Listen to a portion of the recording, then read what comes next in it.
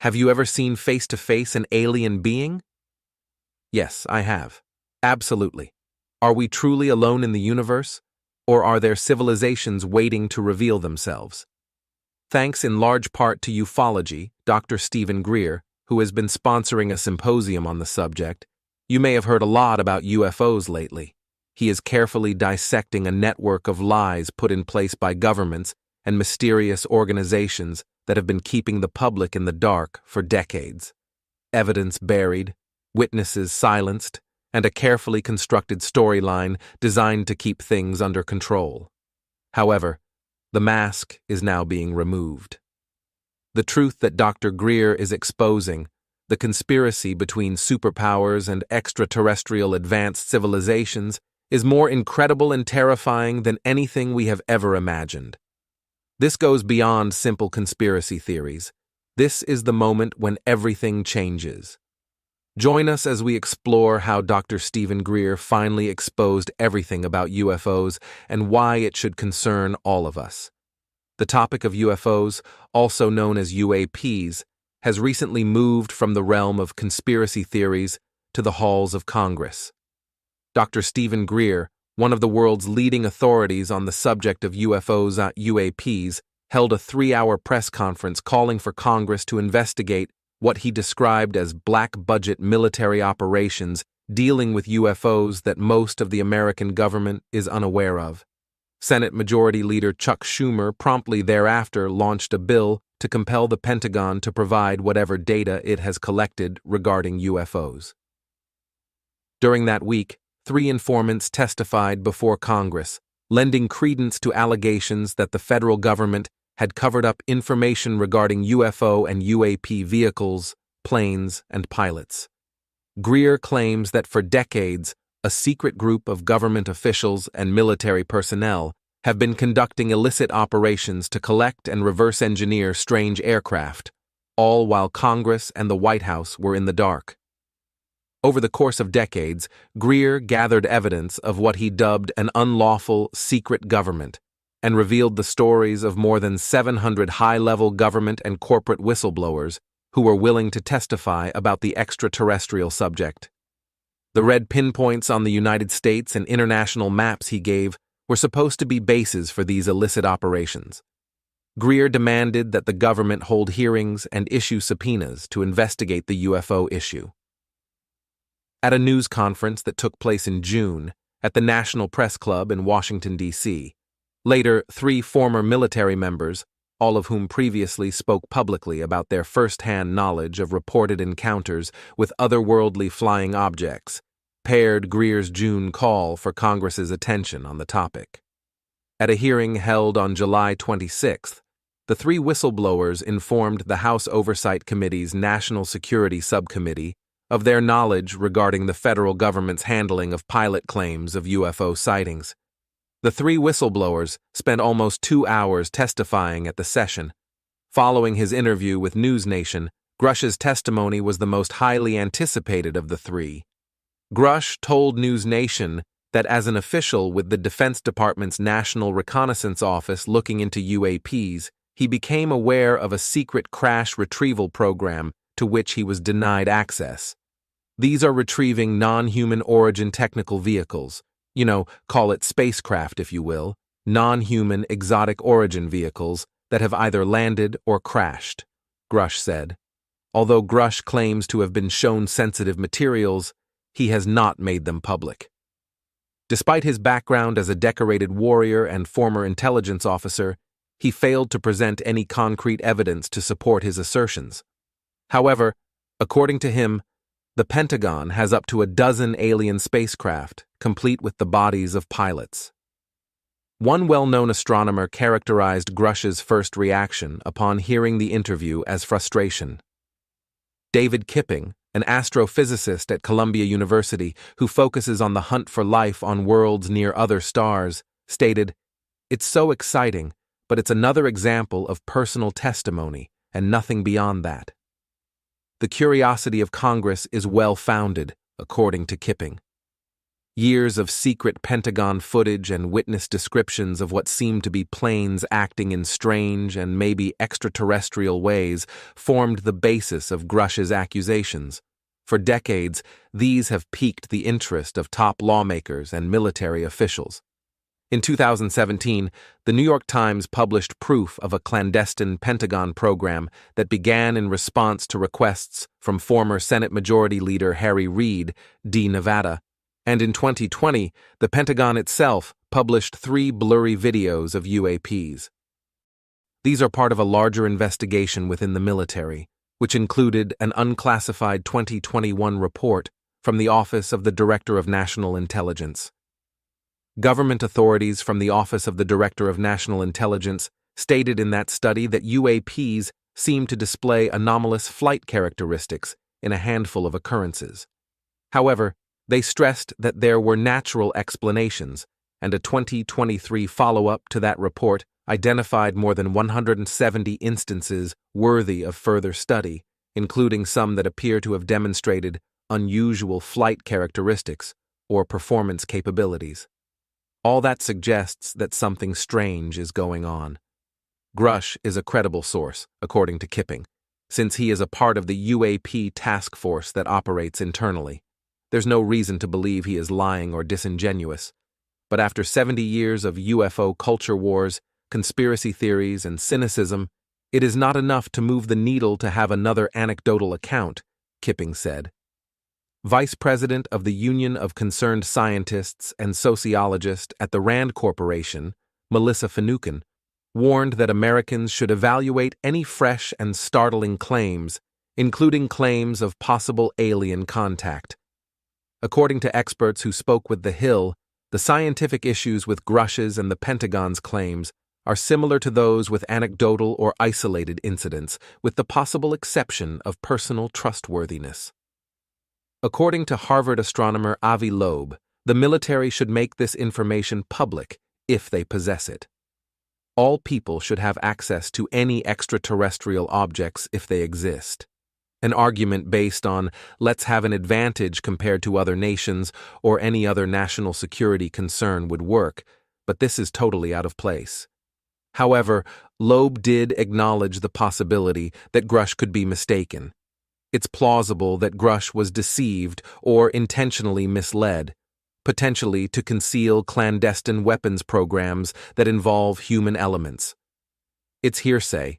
It could be fabricated, or it could be that some sections developed special weapons that they don't want us to think the U.S. has.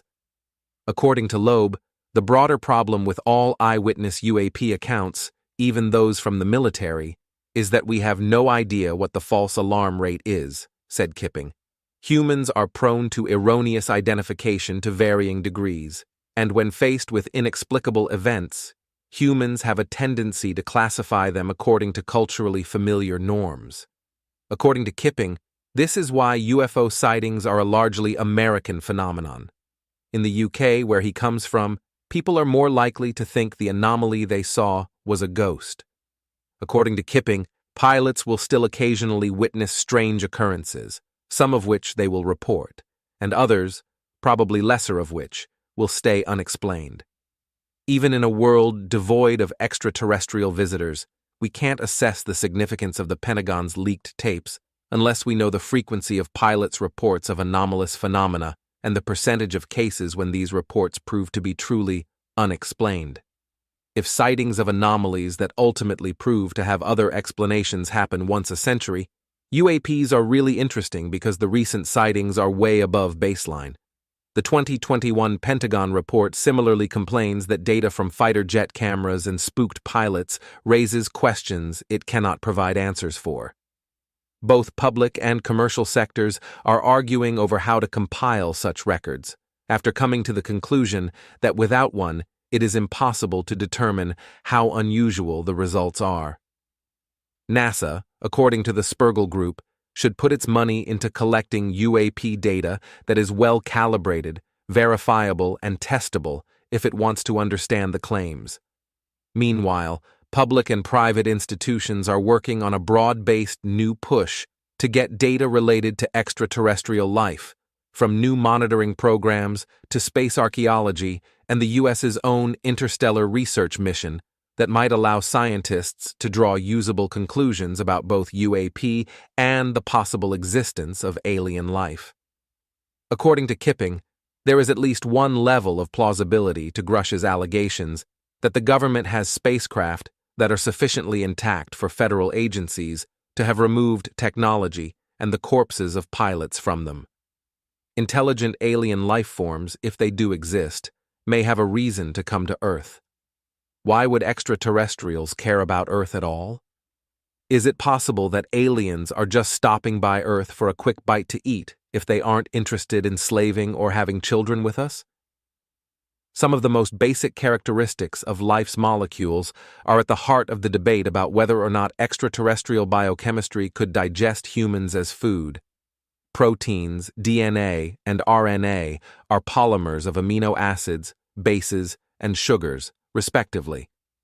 However, our hypothetical alien visitors could have a good incentive to visit Earth for mining purposes. Earth and asteroids share a lot of the same solid composition, but our globe is far from being a static object. Rather, it's a dynamic, active system. Specifically, the Earth's crust is constantly shifting and breaking apart as its thin layers slide across the hot, gooey mantle, pressing against one another, crushing, tearing away to form new crust, or subducting beneath one another. This is the churning process of plate tectonics. There are likely billions of rocky planets in our galaxy, according to current estimates, and scientists have discovered around 4,500 extrasolar planets, planets that circle other stars. However, here's an idea that is at the cutting edge of modern astrobiology and planetary research. Planets with plate tectonics are extremely rare, even if terrestrial planets in general are numerous.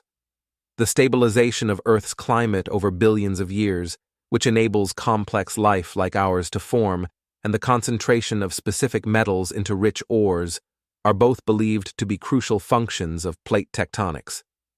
Plate tectonics is probably only experienced by a tiny fraction of the terrestrial planets.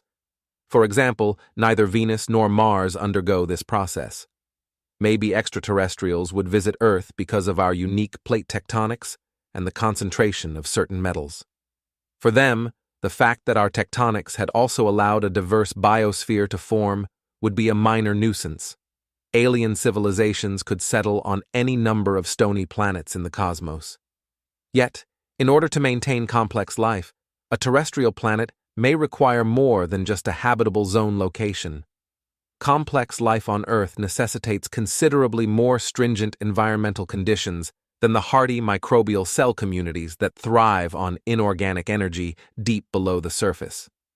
It is believed that many Earth characteristics, not only our warm oceans, play an essential role in sustaining a stable surface environment over long periods of geological time.